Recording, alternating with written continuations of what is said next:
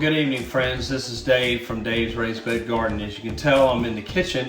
I'm not actually outside. It's nightfall. I've been trying all day trying to get a video together, but today has been an unusual day here in 7B in Tobaccoville, North Carolina. Actually, we've had a lot of storms come through. We had some this morning. We had quite a bit of rain. It cleared up a little bit and was cloudy, overcast. The sun came out for a little bit. And then we had some more pass through, and then finally later in the evening, past 4 o'clock or so, it decided to finally clear out and it got cooler temperatures. And the reason that I'm coming and bringing this video is that I want to talk to you about warm weather plants. And I want to take a few minutes to explain what a warm weather plant is and to help you understand why I have them here in the kitchen. I have this one tray here. I've got several trays, but I have it here in the kitchen instead of out in my garden where it would be normally. And the reason is because when we talk about warm weather plants, it is considered, just when you use the word warm, that means that these plants cannot tolerate cold temperatures. Now you would ask, well, what is considered a cold temperature? A cold temperature that in gardening is you look at it this way. Here's an easy, I guess, analogy. It may be a little silly, but if I need a jacket when I go outside, these plants, if they're warm weather plants, they need a jacket too, because they just can't tolerate the cold. Cool weather plants, which I have in the garden right now, they can tolerate, you've got some cool weather plants, that can tolerate a light frost. But then you have other cool weather plants that can tolerate a hard freeze. And a hard freeze would be temperatures of 26 to 28 degrees. The plants that I have out there right now are the plants that can tolerate a hard freeze, which I'm not worried about that now anymore because moving into spring. But when we're talking about warm weather plants and we're talking about what they can tolerate, is that we don't want temperatures below 50 degrees. When we get into the 40s, what can happen is that these plants, even though they're very pretty and they just thrive really well and do well during the harvest and everything growing during the summer, is that they like the warmer temperatures. So when it gets cool or it gets cold and we consider under 40 or under 50 degrees, a lot of times what that can do to these plants is that it can stunt the growth of that plant.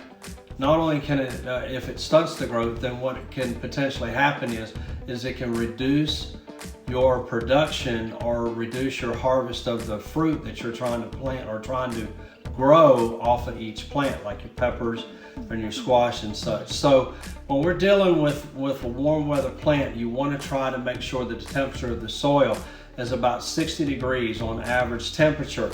So that equivalates that in the air, that if the temperatures are like in the 50s, it's going to do okay. Now, if you say, well, David, I've already planted my plants, what do I need to do? Well, I don't know what zones everybody is in, but depending on where you're at, like in my zone in 7B, I am towards the foothills. So the temperature at my area may be a little bit cooler than it is just 10 miles down the road. So it may not get into the 30s, it may be in the high 40s. And I would say that if you've already planted your warm weather plants, they're going to be okay. You just have to understand that there's a possibility with the cool weather, especially if we have it consistently several days in a row, that it can stunt the plant, or else it can even actually make your fruit where it'd be less than what it would be normally if you planted in the warm temperatures. And what I would do is take like a sheet or a cloth of some type. The reason I say sheet is very light, and a fitted sheet can actually go over the plant bed if you have it, or even over the pot and so forth. Now the nice thing about pots, since I've said that, is that with a pot you can actually bring it inside, and you can actually put a cover around it where it won't hurt it, and it's easier to take care of. But when it's in the beds and so forth, I think a fitted sheet, if it just goes right over top, and then you have that elastic band that will kind of lay over top of the bed, what that's going to do is that's going to help cover that plant and hopefully help shield it from the cool air that's coming in. When we're talking about warm weather plants, you want to make sure that you as a gardener when is the right time for you to plant. And I've talked about it, and I did a video some time back about finding an app or using an app to help you as a new gardener. The app that I like to use, and you can get it on the App Store, it's called From Seed to Spoon. that app, or a type of that app, is that what it does is it gives you a lot of information, especially it'll let you know about in your zone, when you're growing season, when you need to plant seeds. It tells you about, equivalates to how much time it is to germinate, and then allows you, and then it gives you that time to be able to see exactly how long it takes for you to harvest your vegetables too. So that's a good app to have. It's a good thing to have, and keep a calendar, keep a notebook of it and so forth, and it'll help you in your gardening as you go along. Moving forward with Dave's Raised Bed Garden, you know, my first video I was talking about new beginnings in 2023. Now, what I've done is I'm doing some things down in the garden. I'm trying to have some curb appeal, some other things. I'm doing some things around the garden and with the beds. And what I'm going to do is the next clip, I want to show you exactly what I'm trying to do. I've been able to do some things from the first time that I showed you, from the work and the damage that we had with the deer. But what I've done is I've actually taken an extra step. And what I've decided to do is I want to change my beds out. And as they wear down, because all of my beds that I have, I built those beds since 2018. And as time goes on, those beds are going to break down. And I could replace the board, and that's normally what you would do with a raised bed.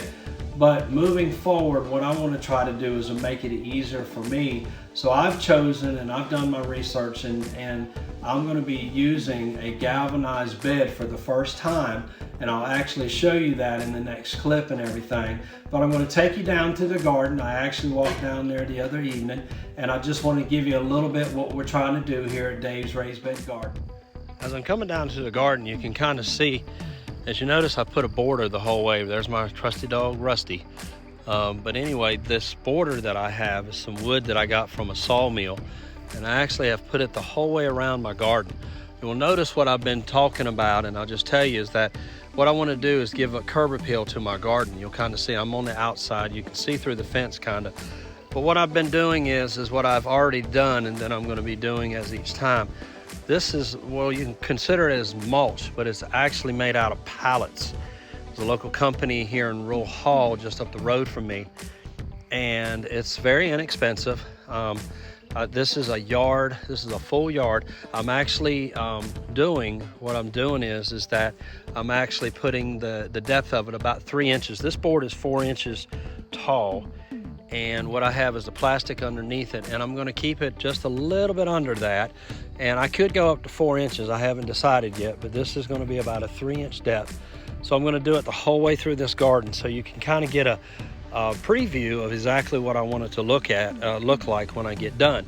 I will also be doing something with my beds. I've decided, because of the color variation, I'm going to come in here and I'm probably going to paint them a little bit to make them just accent a little bit. I just want to give a curb appeal to it, and then everything. If you'll notice over there in the far corner, we'll actually go inside and I'll show you what the other thing that I'm doing. And this is where I'm moving forward in my beds. You might be able to see some of my plants. These are my beets, and then my collard greens, and then over here I have some lettuce. The plastic's come up. I'm going to have to actually fix that before I put the chips or the mulch down. Also, this is my cabbage. I have 3 different types of cabbage in this bed, and then on the further bed up there, you can't really see it. I've got some spinach. Those are my early crops. The other thing that I have in the 2 beds that I have way up here, you can see the furthest 2. These, I planted my green beans in there, and so I've got about 170 to 180 seeds in there, and believe it or not, that's what they hold. I've got them spaced out what I need and everything, so hopefully I'm going to have a great harvest of beans and everything. But let me walk around here and let me just show you exactly what I'm talking about and what I've done and where I'm moving in the direction that I'm in. Now the beds, as you can see this board. I actually had torn this off before the weekend and everything, last weekend and everything. I've got the other boards in there. I just haven't gotten rid of them. I've been doing some work, and I did it earlier, and then I had some minor surgery, and so I can't do but so much. But anyway, I wanted to show you what I've been doing. I'm just trying to get everything in there, and trying to do what I can each day. But these beds here, and the beds that I'm standing in between, and then the ones behind me, I actually put these beds in 2018. This is the wards that I use was called the severe weather. They are treated, but not treated like a full treated, I guess you'd say, like decking board and everything. When I started that, I was trying to find the easiest way and the cheapest way for me to be able to get the garden started, because I just wanted to do it. And then I added these panels and everything, and archways and everything, and that's what I've done. But what happens is from 2018 to 2023, it deteriorates and it starts breaking down and everything. And so what I've moved on, and I did some research, and you can see this white bed. This it is metal. It is a metal bed. It's a good bed. I just think it was. I ordered it online. I bought it off of Amazon. This is an actual 4x8 by 2 foot deep bed. This bed was not hard to put together. I put it together and just started working with it and everything. It didn't take me long. I did it last weekend. But what it does is that the bed that I had originally there was that only 18 inches deep, because I was using the 2x12s and the 12-inch wide and everything. And those were not what we call true cut boards. They're always a little bit deeper or a little bit shallower and everything. So it's, you know, you're not going to get the true cut for a 2 foot, 24 inches. This is actually 24 inches deep. And you can tell the space that I have in there. I've got some stuff. I've just been putting it in there until I get it ready. This bed will be actually where I put sweet potatoes. I'm going to do sweet potatoes this year in here. I did broccoli in the beginning, and then what I'll do is I'm going to move on to the fall and overhaul my sweet potatoes, because they take about 100 days.